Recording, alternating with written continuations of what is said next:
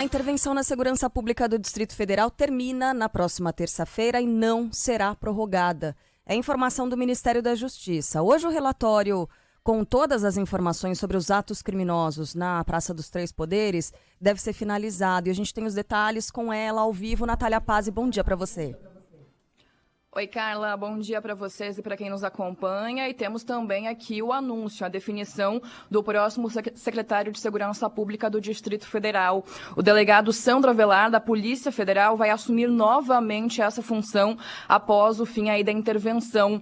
No governo do petista Agnello Queiroz, o Avelar ocupou o mesmo cargo entre os anos de 2011 e 2014. Inclusive, ele que comandou as forças de segurança aqui na capital federal durante as manifestações que aconteceram em 2013. O anúncio do novo secretário foi feito pela governadora em exercício aqui do Distrito Federal, Celina Leão, em uma coletiva que aconteceu ontem no Palácio do Buriti. Celina disse que a apresentação do novo secretário ocorre antes do fim da intervenção federal para que a capital do país já tenha um secretário de segurança para o retorno do trabalho do Poder Legislativo e Judiciário que acontece no dia 1º de fevereiro. Sobre a equipe que irá chefiar, Avelar afirmou que confia no grupo de segurança que já foi montado, mas não descarta novos ajustes. Inclusive, a gente tem um trecho dessa fala dele. E a minha ideia é, chegando à Secretaria de Segurança, avaliar as condições de trabalho que vêm sendo desenvolvidas. Tenho boas informações a respeito disso. Confio absolutamente nas forças de segurança do Distrito Federal. Eu chego com tranquilidade, sabendo que terei tempo de conhecer a equipe que está trabalhando, e dali, se for o caso, tomar alguma posição no sentido de mudar, fazer alguns ajustes. Bom, com o retorno do secretário de Segurança Pública, de um secretário de Segurança Pública, que é o governo da capital do país, se confirma o fim da intervenção federal no prazo previsto, no próximo dia 31 deste mês, como já estava aí colocado no decreto assinado pelo presidente Lula. Inclusive, o ministro da Justiça, Flávio Dino, disse que não há razão constitucional para que essa intervenção siga além do dia 31 de janeiro. Desde os atos criminosos aqui na capital do país, no dia 8, a Segurança Pública do DF está sob a responsabilidade do interventor Ricardo Capelli. Ele que esteve na coletiva, que apresentou Avelar como novo secretário e falou sobre o esquema de segurança pensado para o retorno das atividades no Congresso e também no STF no dia 1º de fevereiro e afirmou que a presidência das casas pediu atenção especial a esse fato. Com relação ao dia 1º, quer dizer, não há nada alarmante, mas há, claro, um sentido de prevenção, a posse dos deputados, dos senadores, a eleição das duas mesas, das duas casas, a abertura do ano judiciário. Então não há nada assim apontado, nada alarmante. Por fim, Capelli também falou na oportunidade que o relatório final sobre os dados criminosos do dia 8 deve ser entregue aí ainda nesta quinta-feira. A previsão é que ele seja entregue aí ao ministro Flávio Dino da Justiça e também ao ministro Alexandre de Moraes do Supremo Tribunal Federal. Tinha uma expectativa disso acontecer ontem, mas não deu tempo. Fizeram ajustes finais nesse relatório sobre as falhas de segurança pública e esse documento deve ser finalizado e entregue hoje, então, aos ministros do governo e também do Supremo Tribunal Federal. Bom. Beleza, Natália, obrigada pelas informações. Claro que a gente vai seguir nesse assunto por aqui, né? Ontem, novas imagens foram divulgadas e revelaram a facilidade com que os vândalos invadiram e depredaram o prédio do Supremo Tribunal Federal no último dia 8. A gente está acompanhando na live, o pessoal com a mangueira, ali que seria usada para controlar o incêndio, mas usando para ali depredar. Muita pressão d'água, né? É muita pressão d'água.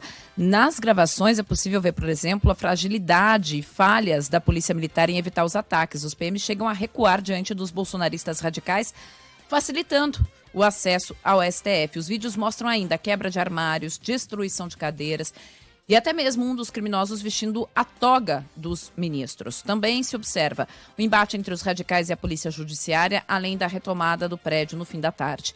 As filmagens foram entregues à Polícia Federal e estão sendo usadas para identificar os envolvidos. As imagens de fato mostram as fragilidades e falhas da Polícia Militar, mas mostram muito mais que isso. mostram que a Polícia Militar permitiu a passagem dos criminosos em direção ao prédio do STF depois que os outros 2 prédios já haviam sido invadidos. Né? Por que permitiu? A polícia abriu passagem para que esses criminosos entrassem no prédio. E o tio Rei chamou atenção agora há pouco para um fato importante. Essa mangueira foi usada como instrumento para vandalizar o prédio, mas possivelmente também como uma maneira de atenuar os efeitos de um eventual ataque com gás lacrimogêneo. Tanto é que havia pessoas lá que estavam muito bem equipadas para esse tipo de enfrentamento, usando inclusive máscaras antigás. Luva para soltar granada? Tinha alguns que tinham luvas especiais para soltar granada. Alguns dos vândalos. Sim, as luvas servem até porque você pegue uma garrafa de gás lacrimogêneo e jogue de volta na polícia. Então eram pessoas que Como estavam... que eles conseguiram isso, né? Exato. De onde veio esse equipamento? Onde eles aprenderam essas técnicas de combate? Havia especialistas dentro? Financiados por quem? Né? Como é que essas pessoas sabiam? Não era um bando, não era um exército de Brancaleone ali se aventurando para dentro de prédios públicos brasileiros. Eles sabiam exatamente o que estavam fazendo. Estavam treinados para aquilo que fizeram. Havia a ignorância, a burrice, a estupidez pura e simples, mas também havia treinamento. Por parte de quem? Isso não pode ficar assim. Especialmente a ação da polícia, ao abrir caminho e praticamente estender um tapete vermelho para esses criminosos em direção ao prédio do Supremo Tribunal Federal. Muito ainda há que ser apurado e a penalidade a essa gente tem que ser dura, exemplar. O nosso ouvinte vai se lembrar que no dia da diplomação de Lula, quando daqueles ataques com direito a incêndio em ônibus, a carros queimados, a gente no dia seguinte disse aqui, Carla Bigato, você vai lembrar. Se isso foi a nossa versão com... Como é que é? Com sérias questões orçamentárias da invasão ao Capitólio, ou se isso foi um aperitivo para um Capitólio sem nenhum problema orçamentário, vai depender da nossa resposta àquilo que aconteceu. E no dia a gente já falava, começou mal. Porque horas se passaram, quase 24 horas, e ninguém foi preso. Dias se passaram e ninguém foi preso. E aqueles acampamentos seguiram sendo tolerados em frente a quartéis do Exército, especialmente o Batalhão de Brasília. Dito e feito, aquilo foi um aperitivo. O nosso Capitólio, mais grave, em alguns aspectos, e menos em outros, porque não houve mortes, mas mortes não houve porque não houve também enfrentamento da polícia, ao contrário do que aconteceu nos Estados Unidos, veio no dia 8 de janeiro. Vai parar por aí? E resposta daremos agora. As últimas imagens são gravíssimas, como gravíssimas são todas as informações que chegam daquele dia 8 de janeiro. E mais um criminoso foi preso nesta quarta-feira, o homem que roubou a réplica da Constituição durante a invasão ao STF. Mais informações com Luciana Viana. O homem que levou a réplica da Constituição Federal de 1988 do STF durante a invasão em Brasília no último dia 8 é preso pela Polícia Federal nesta quarta-feira em Varginha, sul de Minas Gerais. Marcelo Fernandes Lima, de 50 anos, entregou a réplica à Polícia Federal no dia 12 deste mês, 4 dias após os ataques na Praça dos Três Poderes, na capital federal, e foi liberado após prestar depoimento. Ele tinha um mandado de prisão preventiva em aberto expedido pelo STF e se apresentou com um advogado. Ele foi levado para uma penitenciária da região e ficará à disposição do STF. E mais 5 envolvidos nos ataques foram denunciados pela Procuradoria-Geral da República. Fala aí, Leandro Aislan. A Procuradoria-Geral da República encaminhou ao Supremo Tribunal Federal denúncias contra 5 pessoas por envolvimento nos atos criminosos de 8 de janeiro. O pedido foi feito pelo Subprocurador-Geral da República, Carlos Frederico Santos, que incluiu entre os crimes praticados pelo grupo tentativa de abolir com grave ameaça ou violência o Estado Democrático de Direito, dano qualificado pela violência e grave ameaça contra o patrimônio da União e com considerável prejuízo para a vítima, além de associação criminosa armada. De acordo com a PGR, mais de 98 pessoas já respondem a ações penais relativas aos atos de 8 de janeiro. No Senado, a Polícia Legislativa disse ter identificado mais 23 envolvidos nos atos criminosos do último dia 8 e todos devem ser investigados pela Procuradoria-Geral da República, a pedido do presidente da Casa, Rodrigo Pacheco. Até agora, a PGR denunciou 39 suspeitos de envolvimento na invasão e depredação só do Congresso. A Polícia Federal começa a investigar se houve crime de genocídio e omissão na crise humanitária da tribo Yanomami. Ontem, o Tribunal de Contas da União decidiu fiscalizar os gastos com a saúde da população indígena nos últimos 4 anos. Cindy Lopes. Uma auditoria de fiscalização para avaliar as causas da vulnerabilidade dos povos indígenas, em especial dos Yanomami, deverá ser realizada após uma decisão do Tribunal de Contas da União. A determinação é do presidente da Corte de Contas, ministro Bruno Dantas. A terra Yanomami, Roraima, sofre uma grave crise humanitária nos últimos anos. Ontem, o ministro da Justiça e Segurança Pública confirmou a abertura de um inquérito na Polícia Federal para apurar o crime de genocídio contra o povo indígena. Em entrevista à Voz do Brasil, Flávio Dino explicou os motivos para pedir a investigação. Nós temos uma lei sobre genocídio no Brasil que é bem antiga, sancionada por Juscelino Kubitschek em 1956. E ela prevê vários tipos de práticas de genocídio, o que envolve matar, mas envolve também violar a integridade física e mental, envolve também práticas comissivas, omissivas, ações ou omissões que levem ao extermínio de um determinado grupo étnico. Com o que eu vi, com aquilo que a sociedade viu, eu não tenho dúvida que havia, infelizmente, não só negligência, como também uma certa intencionalidade que vai ser apurada pela Polícia Federal. Lembrando, você pode ajudar o povo Yanomami por meio da campanha da Central Única das Favelas e da Frente Nacional Antirracista, que tem o apoio da Band. Para doar, basta fazer um Pix de qualquer valor usando o e-mail doações@cufa.org.br. Repito, doações@cufa.org.br. Bom, eis aí, né? Agora a palavra genocídio começa a ser usada não como um símbolo, uma hipérbole, mas como algo real e passível de julgamento, não só no Brasil, mas em tribunais internacionais. E não apenas em tribunais internacionais. Porque muita gente acha que crime de genocídio só se julga em Haia. Como foi o caso dos assassinos jugoslavos, né? O carniceiro dos Balcãs. Sim, esse julgamento pode acontecer no Tribunal Internacional, mas aqui no Brasil também. Já aconteceu, nós temos um precedente, em 1993, isso, justamente contra Yanomamis, né? Um grupo de garimpeiros foi condenado pelo genocídio de um grupo de Yanomamis. Agora, o genocídio na acepção a concepção de genocídio aí não juridicamente no Brasil, né? Falando, você pega a definição da Enciclopédia Britânica, a gente está falando da destruição deliberada de um grupo étnico, de uma nacionalidade por causa da etnia, da nacionalidade, da religião, da raça de uma pessoa, né? E aí você faz essa destruição desse grupo. E é o que acabou acontecendo de forma deliberada, e é isso que está se estudando agora, né? Com esses Yanomamis. Em relação ao estudo do gasto feito com os Yanomamis, é interessante observar o seguinte: o governo de fato fez um investimento alto com essa tribo nos últimos 4 anos. Né? O Jair Bolsonaro postou lá, eu não vou lembrar exatamente a quantia, mas foi uma quantia bastante alta investida. O jornal Globo fez um levantamento no portal da Transparência e aí foi ver no que foi investida essa quantia. Né? Agora a gente vai ter que entender exatamente como que cada uma das instituições que recebeu esse dinheiro aplicou. Mas a segunda ONG que mais recebeu era uma ONG evangélica que contratava médicos e enfermeiros. Aí depois uma ONG de transportes de aviões e helicópteros.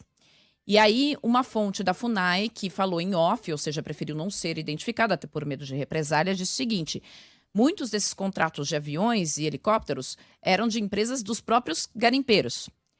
Esses médicos contratados pela ONG evangélica não entravam mais em terra dos Yanomamis. Eles eram proibidos pelos garimpeiros de entrar. Então o que acontecia? Eles não tinham mais saúde preventiva.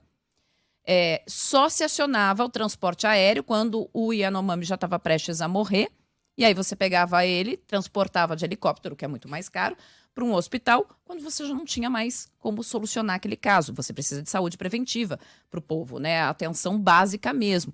Então, é isso que agora vai se investigar. O que parece não houve falta de recurso, houve recurso e bastante, houve má gestão de recurso, entregue a entidades que não tinham competência alguma para lidar com esta população. Bom, no Rio de Janeiro, mais uma criança morre vítima de bala perdida. Gabriela Souza traz os detalhes. A Polícia Civil investiga a morte de uma criança que, segundo testemunhas, foi atingida por uma bala perdida em São João de Meriti, na Baixada Fluminense. Segundo a Polícia Militar, agentes que estavam em patrulhamento na cidade foram abordados por um motorista que realizava o socorro à vítima. Ainda de acordo com a PM, a equipe policial prestou auxílio. A menina chegou a ser levada para a unidade de pronto atendimento do bairro Jardim Íris, mas não resistiu aos ferimentos. Daqui a pouco a gente volta com mais informações com a nossa equipe falando direto do Rio de Janeiro. Apontado como líder do PCC, Marcola é transferido de Porto Velho para Brasília. A decisão foi tomada após a descoberta de um plano de fuga. Fala Adriano Oliveira. Tido como um dos líderes da facção criminosa Primeiro Comando da Capital, Marco Williams Erbas Camacho, Marcola é transferido para o Distrito Federal. O criminoso estava preso em Rondônia desde o ano passado, mas precisou trocar de presídio depois da descoberta de um possível plano de fuga. A informação foi confirmada pelo ministro da Justiça e Segurança Pública, Flávio Dino. Surgiu a necessidade de haver a transferência desse líder de uma organização criminosa no Brasil e nós fizemos, a Secretaria de Políticas Penais do Ministério da Justiça fez essa operação. Foi bem sucedida, a transferência foi feita de um presídio federal para outro, exatamente visando prevenir um suposto plano de fuga que haveria ou de resgate desse preso. E, portanto, essa operação se fez necessária exatamente para garantir a segurança da sociedade. A transferência foi feita ontem à tarde sob um forte esquema de segurança. Trata-se da segunda passagem de Marcola pela Penitenciária Federal de Brasília. Ele acumula condenações que somam mais de 300 anos de prisão por diversos crimes. Atenção, mega operação contra o tráfico de drogas e lavagem de dinheiro em 4 estados brasileiros. Quem tem informações ao vivo conosco é a Amanda Oliveira. Bom dia, Amanda. Bom dia. 9 pessoas já estão presas nessa operação da Polícia Federal. Está acontecendo no Rio, em São Paulo e também em Santa Catarina. Como você disse, essa ação visa combater lavagem de dinheiro, tráfico de drogas e armas. Ao todo, são 18 mandados de prisão preventiva e 31 mandados de busca e apreensão contra 3 grupos criminosos que juntos movimentaram mais de 100 milhões de reais nos últimos 3 anos. Os investigados vão responder por lavagem de dinheiro e organização criminosa e podem pegar 24 anos de prisão. Valeu, Amanda. Mais atualizações aqui ao longo do dia. E a Polícia Civil do Distrito Federal prende mais um suspeito de participação naquela chacina. 10 pessoas da mesma família que foram assassinadas e a Karine Nogueira vai trazer as atualizações. O quarto suspeito de participar da chacina, que terminou com a morte de 10 pessoas, sendo 8 da mesma família, se entregou à polícia do Distrito Federal. Desde segunda-feira, ele estava foragido após as impressões digitais dele terem sido encontradas no cativeiro, onde a família da cabeleireira Elisa Mar da Silva foi mantida em cárcere privado. O advogado da família da comerciante afirmou que os parentes dela estão sendo ameaçados. Todos os 10 corpos envolvidos na chacina foram identificados pelas polícias do Distrito Federal, Goiás e Minas Gerais. O presidente Lula já está de volta ao Brasil após a primeira viagem internacional desde que assumiu o 3º mandato. Ontem, após a passagem pela Argentina, ele esteve no Uruguai, onde se reuniu com o presidente do país, Luiz Lacalle Pou, e com o ex-presidente Pepe Mujica. O principal assunto foi a possibilidade de que os uruguaios assinem um acordo comercial com a China. Lula afirmou ser favorável às negociações, mas defendeu que elas sejam conduzidas em bloco. Para que a gente possa discutir apenas um possível acordo China e Mercosul. E eu acho que é possível. Apesar do Brasil ter na China o seu maior parceiro comercial e do Brasil ter um grande superávit com a China, nós queremos sentar enquanto Mercosul e discutir com nossos amigos chineses um acordo Mercosul-China. Para Lula, um eventual acordo entre China e Uruguai poderia afetar a negociação entre o Mercosul e a União Europeia, travada desde 2020. Em pronunciamento à imprensa, o presidente Luiz Lacalle Pou deixou clara a necessidade de o Uruguai se abrir para o mundo, mas pela primeira vez fez questão de incluir os países vizinhos na possibilidade de acordo.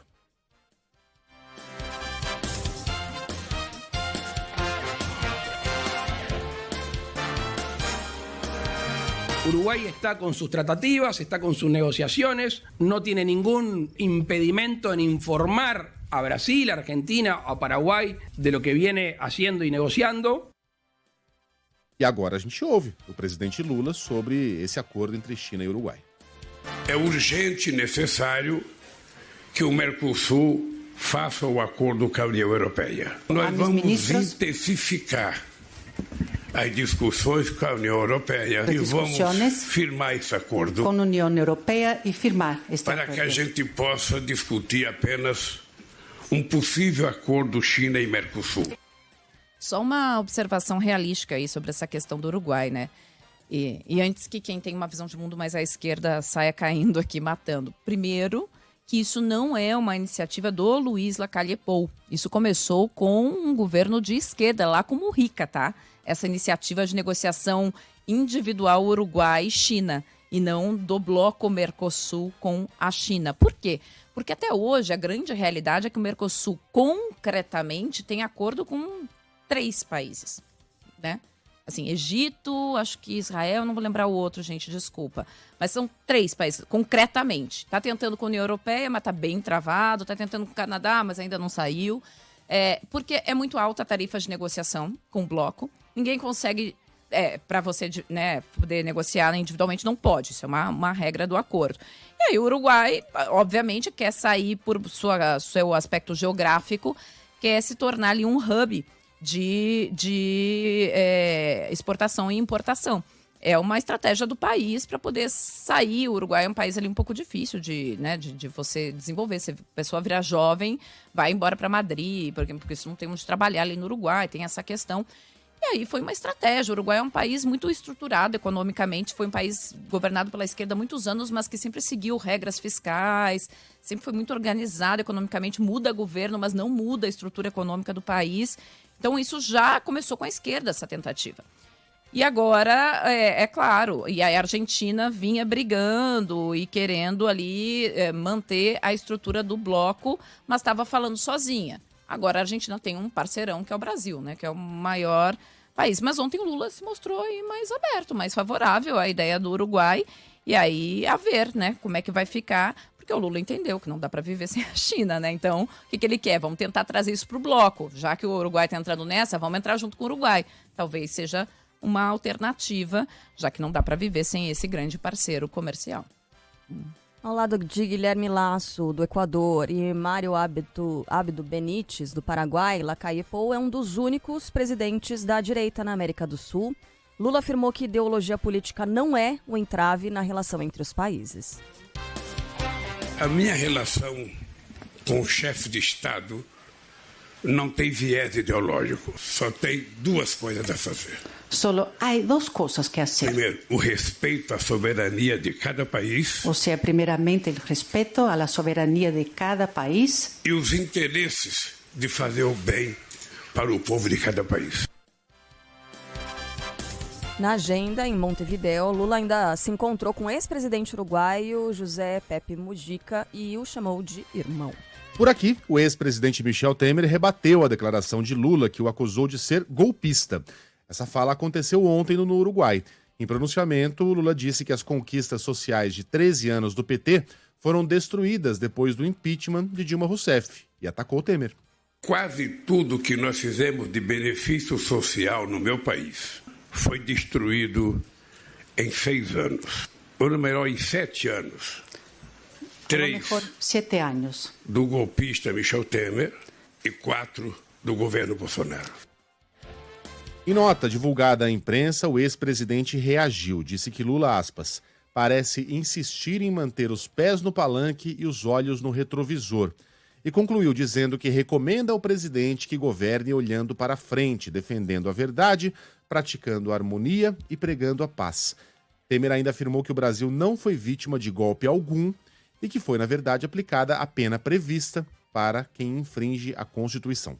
Bem que eu pedi uma pastilha. 7h32, a gente muda de assunto, volta a falar sobre a tragédia da Vale em Brumadinho. Moradores e familiares prestam homenagens às vítimas da tragédia num dia em que o rompimento da barragem do córrego do Feijão completou 4 anos. As informações chegam agora de Belo Horizonte com a Bruna Vale.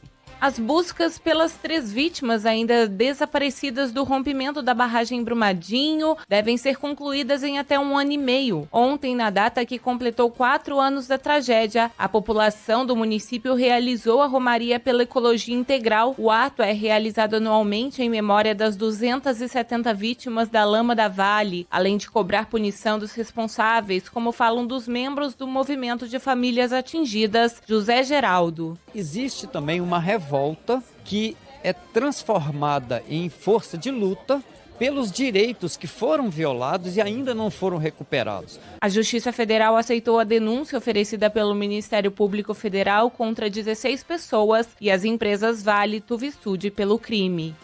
No Sul, a tragédia da Boate Kiss completa 10 anos amanhã e a Band News FM segue levando ao ar uma série especial sobre o incêndio que deixou 242 mortos. Jean Costa.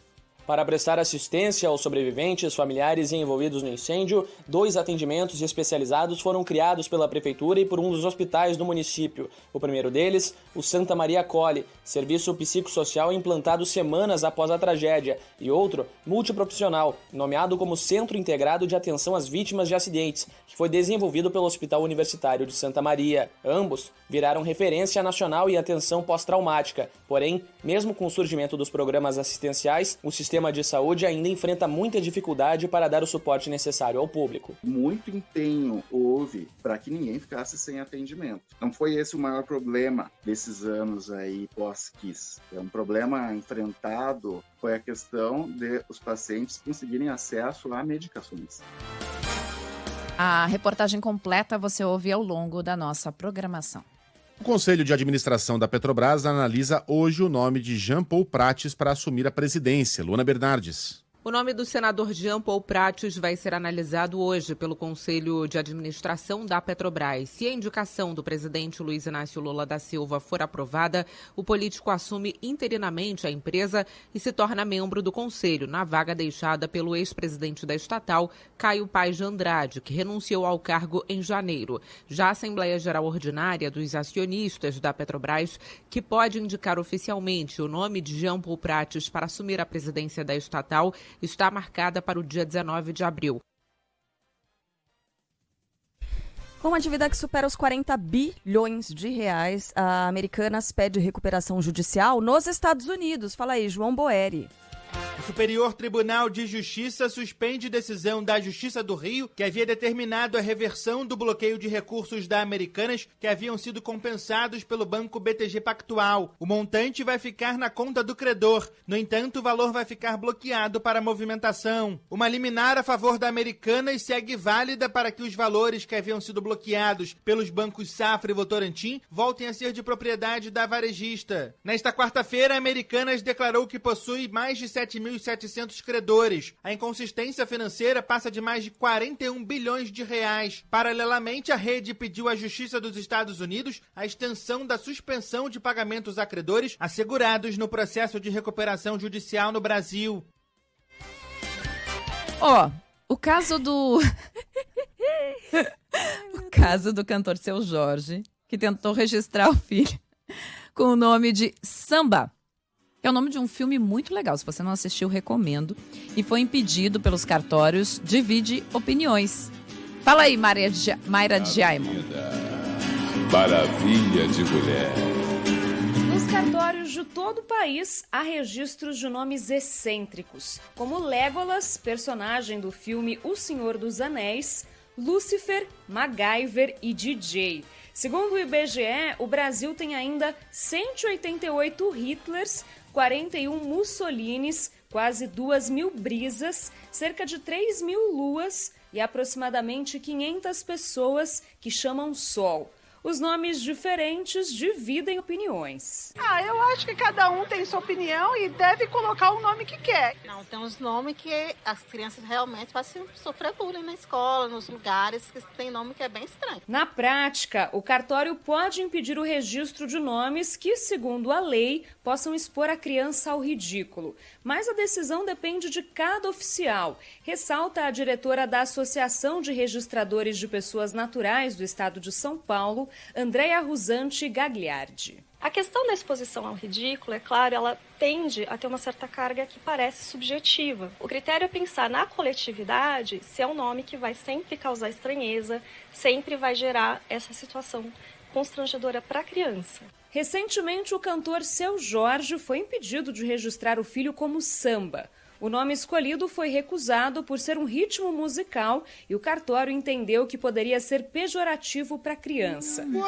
Gente, samba não é das piores coisas que eu Tem já coisa ouvi. muito pior por aí. Eu me lembro que quando da nossa primeira gravidez, tinha um livro de nomes. Vamos dar que a uma gente faz. viajada aqui nesse livro para ver os nomes. E aí no final tinha um apêndice ali, os nomes mais bizarros já registrados no Brasil. Porque se você for a Portugal, tem uma lista de nomes que você pode usar. Você não pode colocar um nome exótico. Não. Né? Não.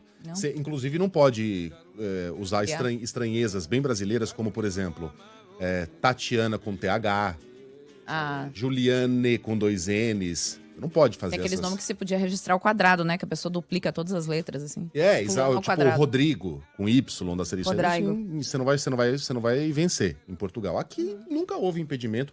Inclusive para os nomes mais bizarros. A gente se divertiu demais com aquela lista. Tem alguns que eu lembro até hoje. Tinha um bebezinho, imagina. O cara registrou o bebê como Comigo é 9 na Garrucha 12. Palavra de honra, esse era o nome. Aí tem o famoso 1, 2, 3 de Oliveira 4. Tem as trigêmeas que foram registradas como Xerox, fotocópia autenticada. Né? E aí a gente não precisa nem ir tão longe. Tem o filhinho O filhinho não, né? Que hoje já é um cavalão. Da Marisa Monte chama Mano Vladimir. A filha da Gwyneth Paltrow com o Chris Martin foi batizada Apple. Bonitinho, Apple. Significa maçã. Então você pode dar um nome de maçã, porque você não pode dar um nome de samba. Eu acho super injusto, cara. Eu era criança quando meu irmão nasceu e eu super queria que o nome dele fosse MacGyver e ninguém acatou.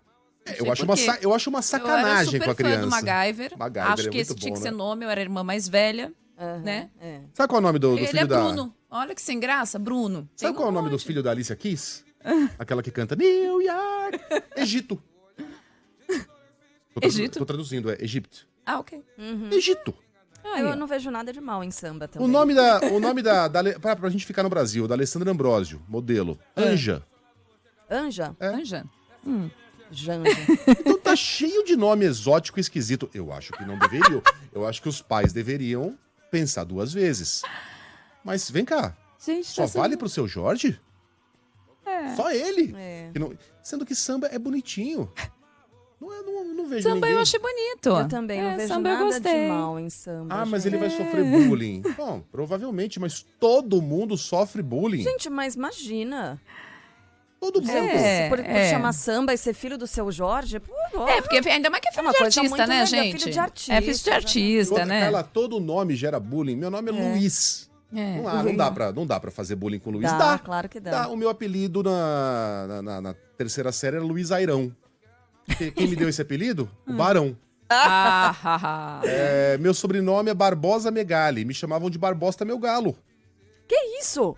Ué. A criança faz isso. A criança vai dar um jeito de verdade, sacanear. a filha da Beyoncé se se chama Blue. Blue Ivy. Faz diferença se chamar João ou Samba. Então, Gente, eu tô amando os nomes que estão chegando aqui. São maravilhosos. Não, é ótimo. Incrível. Mas enfim, o que aconteceu? Ele não conseguiu registrar, mas não se manifestou também. Deve recorrer, é permitido nesses casos. E aí a decisão vai ficar a cargo de um juiz, que, segundo o advogado e ex-juiz da Vara de Registros Públicos, Márcio Bonilha, diz, né, vai ficar a cargo ali do juiz da Vara de Registros Públicos. Aí tem gente escrevendo aqui, é o próprio Seu Jorge. Não. Mas não, esse é o nome artístico, gente. Ele chama Jorge. Por exemplo, eu não me chamo Ellen, né? É nome artístico que a gente chama usa. MacGyver, né?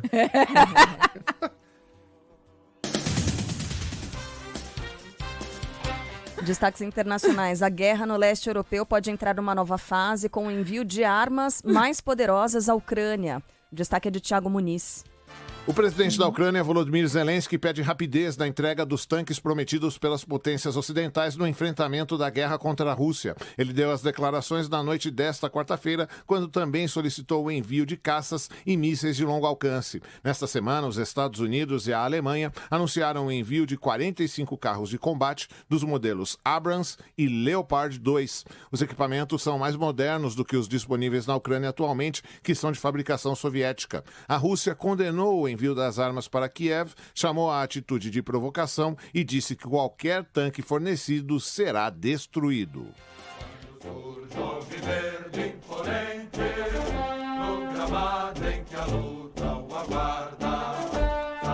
Essa hino do Palmeiras toca mais na rádio do que... Sei lá, quem que toca bastante hoje? Culpa deles. Kanye West. Rapaz, fazer o quê, né? Só dá eles. Torcida do Verdão comemorando. Bicampeonato da Copinha. Fala, Maurício Ferreira. Para o técnico do Sub-20 do Palmeiras, Paulo Vitor Gomes, a conquista do bicampeonato da Copinha é reflexo do trabalho feito pelo clube nas categorias de base. PV destacou a festa pelo título, mas reconheceu que o sucesso é medido pela utilização dos garotos no time profissional. Eu acredito que o Palmeiras tem feito isso em excelência, né, com um grupo de atletas campeões do ano passado. Nesse ano, na Copa São Paulo, uma equipe totalmente renovada, né, em relação à temporada de 2022. E a gente fica muito satisfeito, muito feliz com o título. A gente trabalha para isso sim também, para formar jogadores, mas também para as conquistas, para elevar o nome do clube e trazer novos nomes, novos jogadores para a torcida, para o clube, que estejam preparados para ascender a equipe principal. Quando